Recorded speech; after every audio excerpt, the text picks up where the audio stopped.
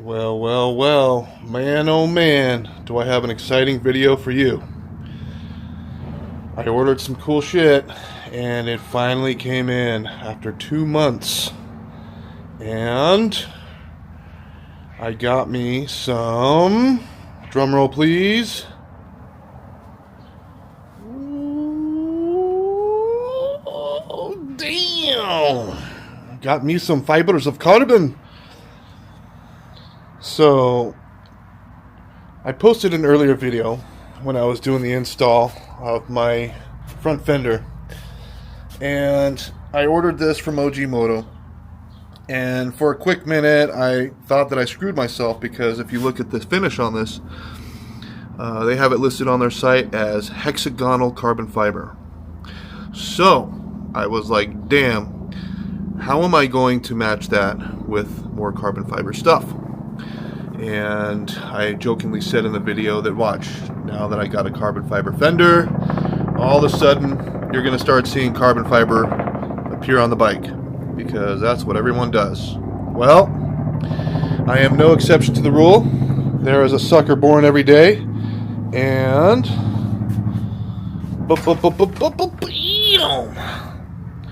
I found a company that does carbon fiber, and they call it diamond pattern carbon fiber, so it is going to match. So I got the center console. They make the chain guard or belt guard. I got the two side covers right here, and then I got the rear fender to match the front fender. And I can't even tell you how stoked I was finding this, and the price wasn't bad. Unfortunately, I ordered it from China, but then again, 85% of the stuff for these bikes are made in China anyways. Even with US companies, they all get their stuff manufactured in China. So I decided to take this route, and this is what we got. A nice little set of carbon fiber stuff. So what I'm thinking about doing is just stopping right here with the carbon fiber right here, because I don't want to completely change the identity of my bike. I ordered it in white for a reason. I got it in white because it's different. Everybody has a black bike, and I was getting a hard time when I first got this bike because my friends were calling it a cop bike, but I brushed it off and didn't care.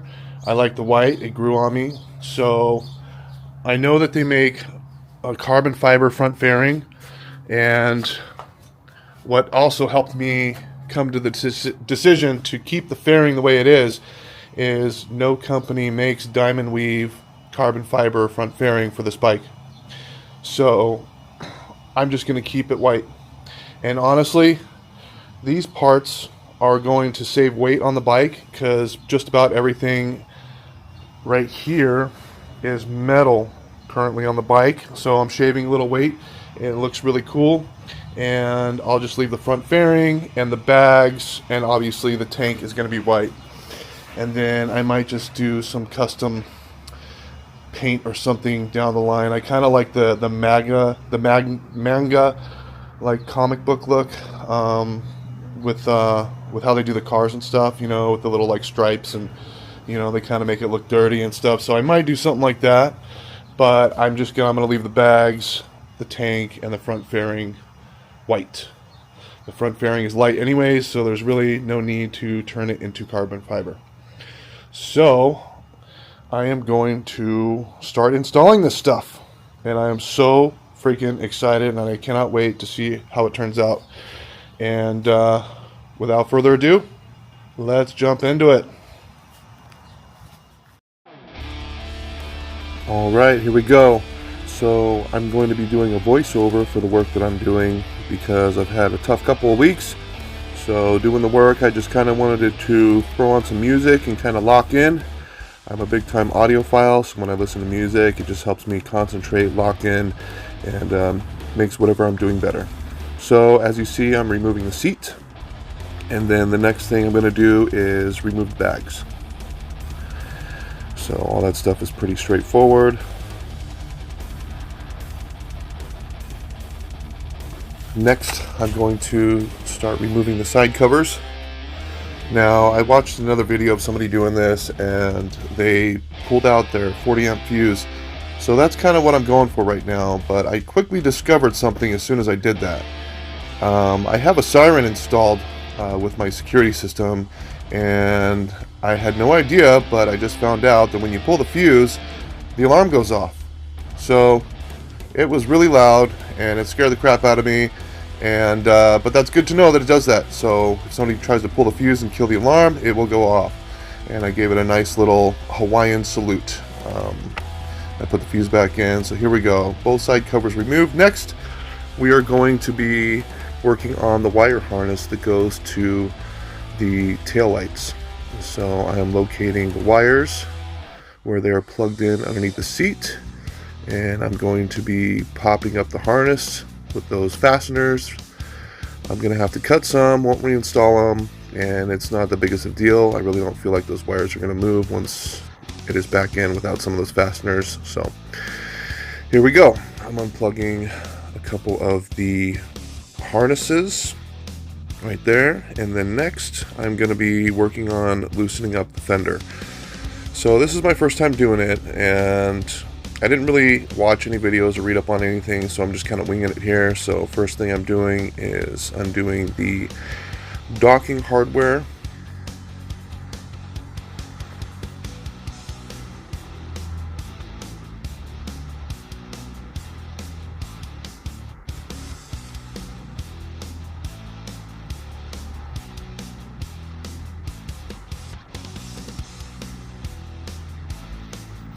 It's always nice having an electric ratchet. That makes quick work of it. Next, I'm going to be undoing the fender strut bolts. So I have rear crash bars, and those are connected, or the bolts run through the crash bars, so I have to remove both rear crash bars. And that is what I'm doing right now.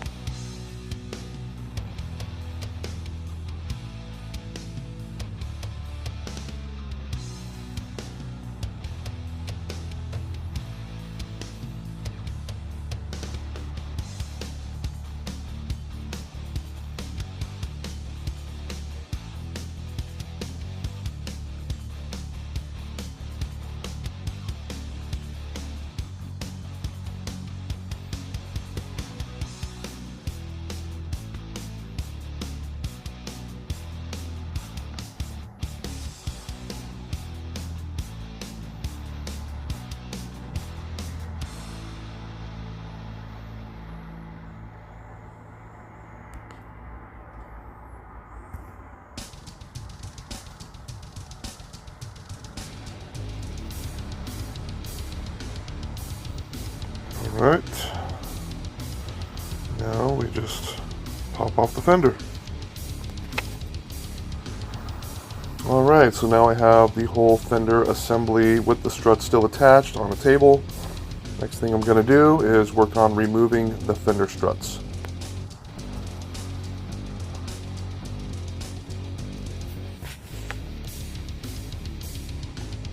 As you can see, T45.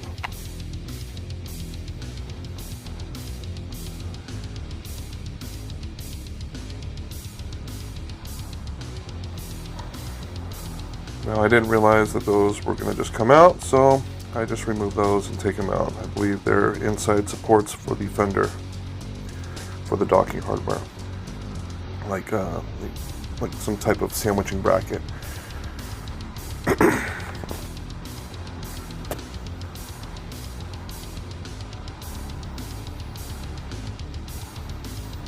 Alright, both struts are removed. Next thing I gotta do is start working on that wiring harness.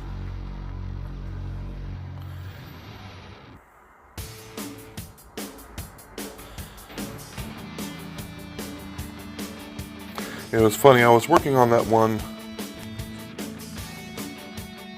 I guess, fastener for the wire harness for a cool minute, and then I realized I had some body panel, plastic body panel removers, so I just used that to make quick work of that. Next thing I'm doing is trying to figure out how to get this wire out of this rubber channel. So I'm just cutting it. Don't plan on reusing it.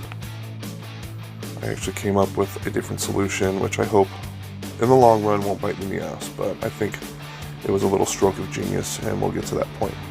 Next thing I'm doing is removing the license plate bracket.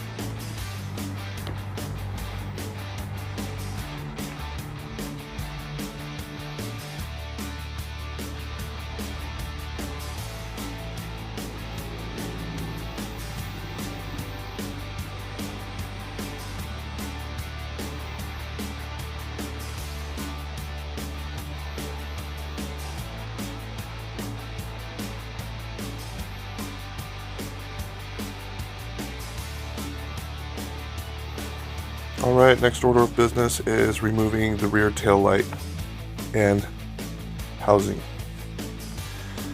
So I did the turn signal delete, so I don't have a bigger bracket with the two individual turn signals. I just have the all-in-one from Eagle Lights. And I quickly was inspecting the seal.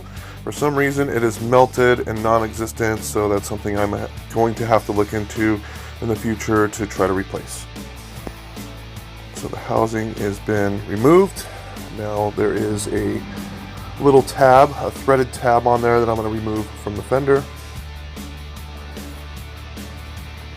And then next thing, I am going to pull out the, I don't know what you call that, seat, threaded seat insert for the saddle. Just easily a little plastic retainer seat clip. And then I'm popping out the little Harley-Davidson plugs. Alright, fender has been stripped. Now here is the new fender. Now, this is where I quickly learned that it's going to take a little modification to get everything put back on. And I guess that's a somewhat common thing with carbon fiber, is because of the resin and everything. I have to Dremel out the holes and kind of get everything cleaned up so that I can start reinstalling everything. So that's what I'm doing, is I am Dremeling out the holes and shaping them a little bit so I can get these plastic plugs back in.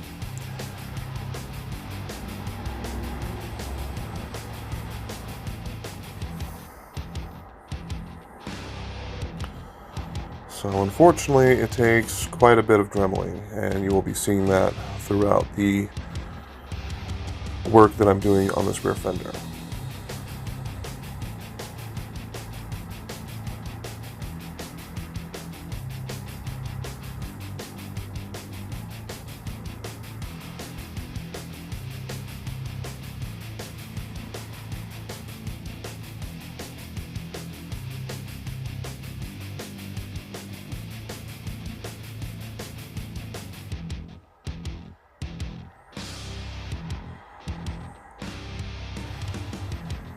Alright, next thing I am working on getting the threaded insert to fit for my saddle.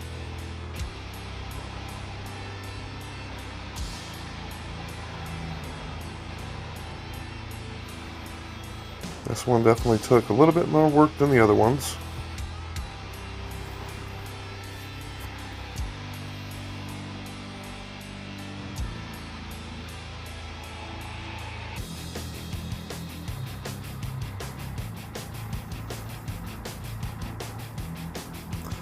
Now with dremeling, I just kind of recommend just kind of going for it. Don't get too nervous, don't get scared.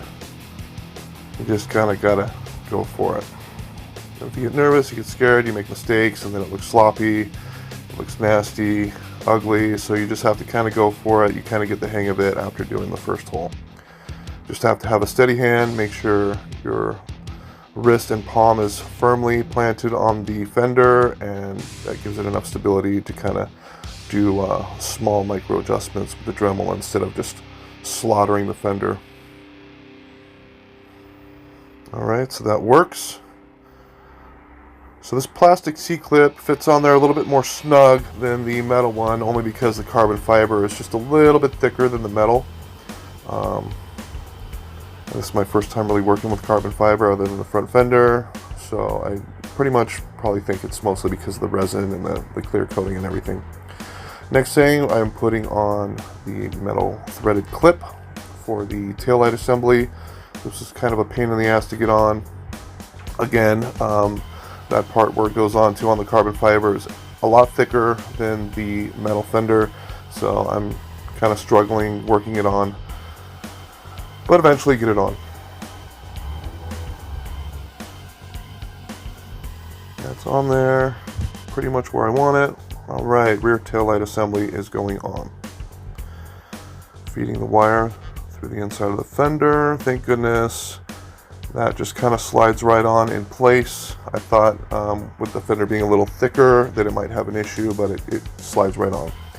Now this is something I didn't really think about, and so this bolt that holds on the rear taillight assembly is too short now, mainly because of how thick the carbon fiber is. So what I had to do is there is a washer on that, and I had to work at cutting that washer off to give me just a little bit more length to it to screw back on. So thank goodness that worked, because I was kind of tripping out. It was a little late. I probably could have ran to the hardware store to get another one, but I was lazy, so I just cut the washer that was already on it off, and it worked just fine. So now, as you can see, a rat's nest of wires. I did a little modifying of the harness from doing the integrated taillights, so that looks a little messy. That's something I'm sure I'll be cleaning up down the line and shortening the wires. That way it's not like a big rat's nest of wires under there.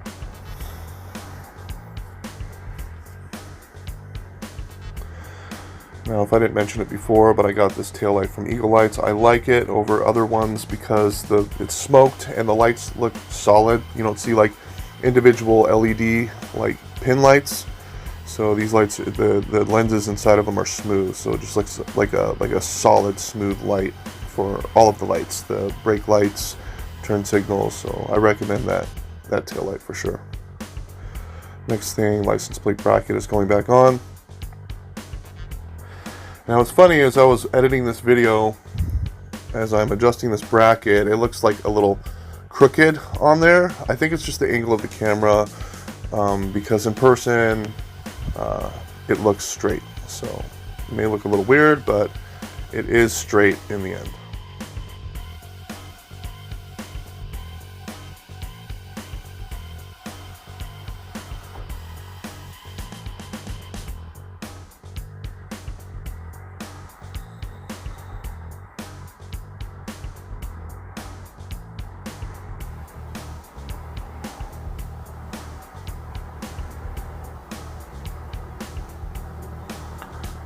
And I think my electric screwdriver kind of died at this point, so sad face. I'm gonna have to do everything by hand, which is fine. No big deal.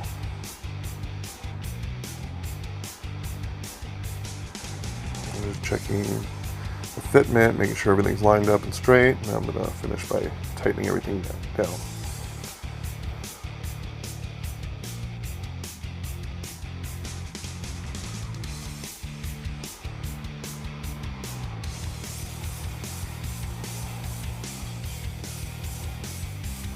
As my OCD kicks in.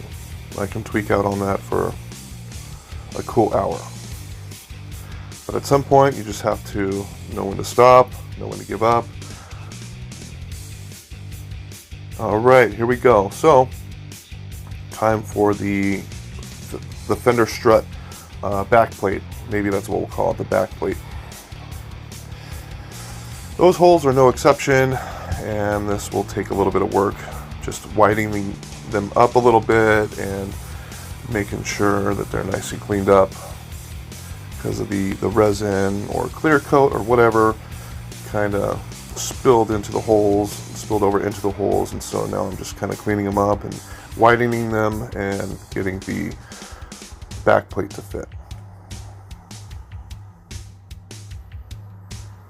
And then you have to be patient. Funny thing is I just came from the gym and I started doing this, so as I was dremeling, my forearms were locking up.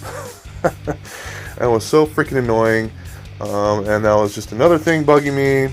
But thank goodness I had my music playing, and I just had to lock in and get this on, because my excitement for getting this stuff on outweighed my frustration over my arms cramping up and locking up doing the Dremel work.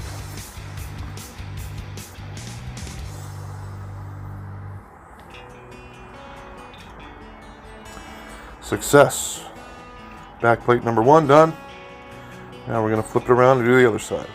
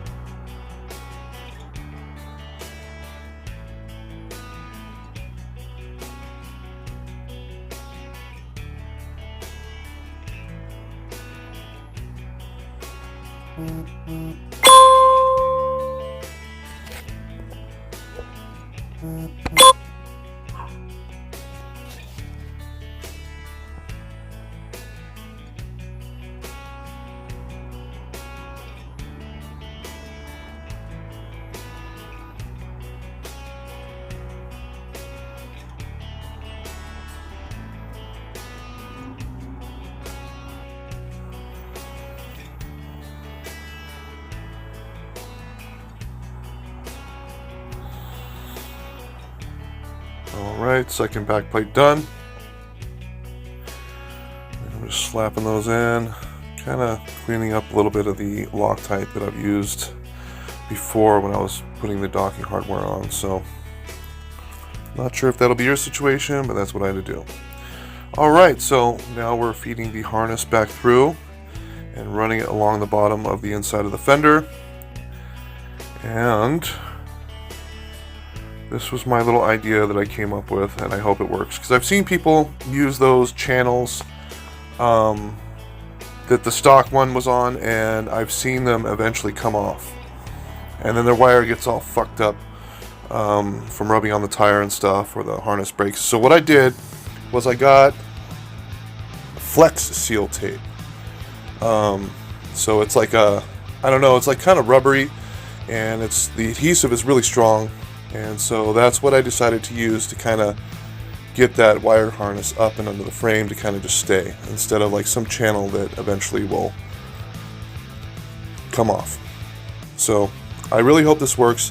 This tape is supposed to stick on anything, and the adhesive is really strong. So I'm just kind of smoothing everything out, making sure it's really bonded to the bottom on the inside of the fender, which I think it is, and I'm pretty sure it's going to last. I will report back eventually if this idea didn't work. Alright, other back plate going back on, and now it's time to get these fender struts back on.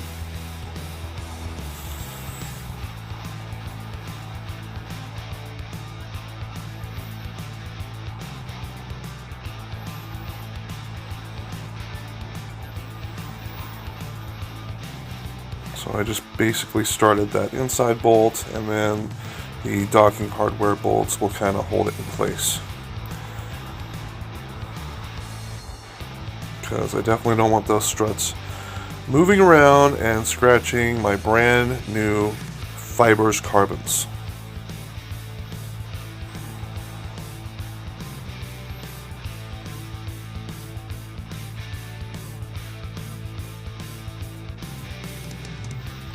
Side done, now doing the other side.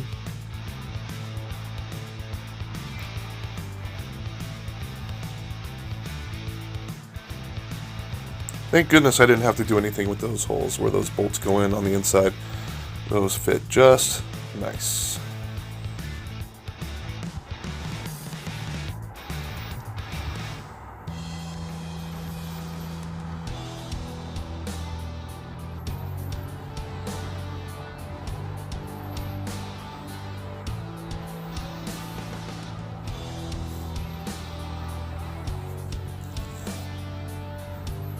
Alright, hardware installed, Brackets installed, not too shabby. Fender goes back on.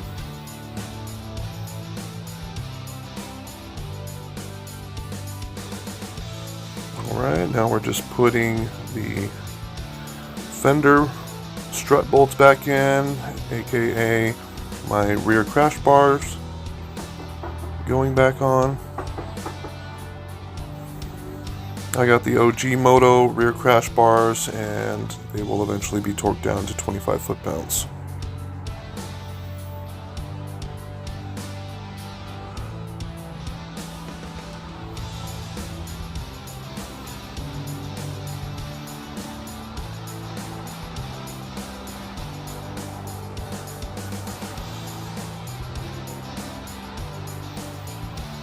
Alright, now doing the other side, the left side.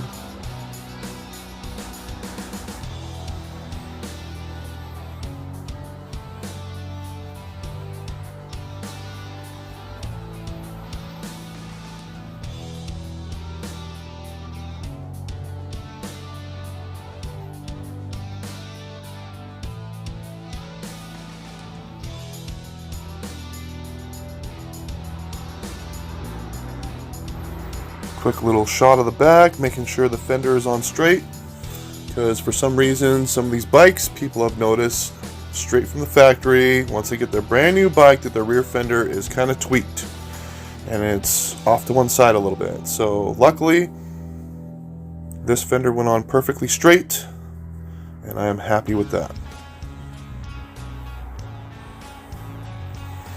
But if you do get a crooked fender, apparently it is slightly adjustable, and you can straighten it just by loosening the hardware and moving it and retightening it. Alright, time to tighten up the hold fast docking hardware system. And I believe this is, if I can remember correctly, 20 or 25 foot-pounds. Somewhere there, or in between.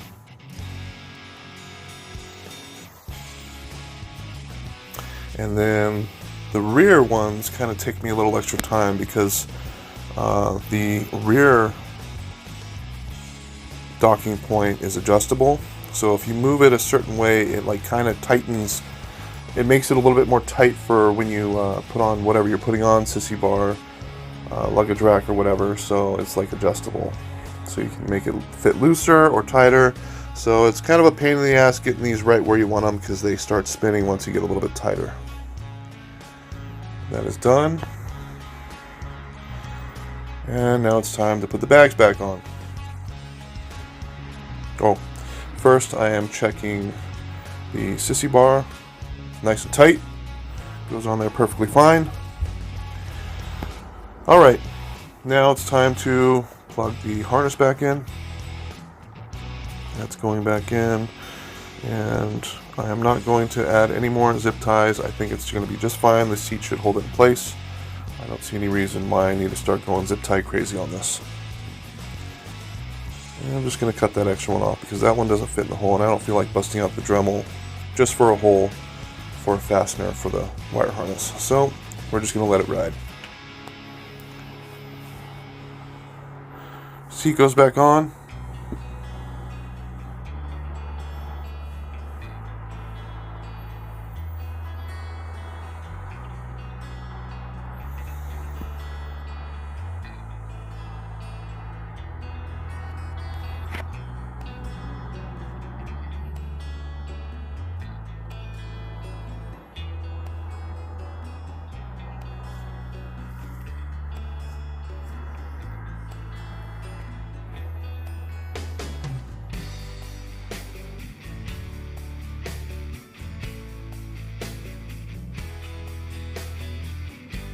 And finally, bags go back on.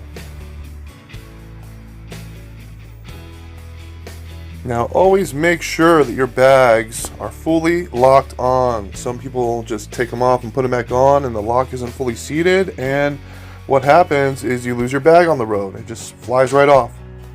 So you always got to make sure that the locking mechanism on the inside is fully locked in place, because I am not about to lose a bag on the road.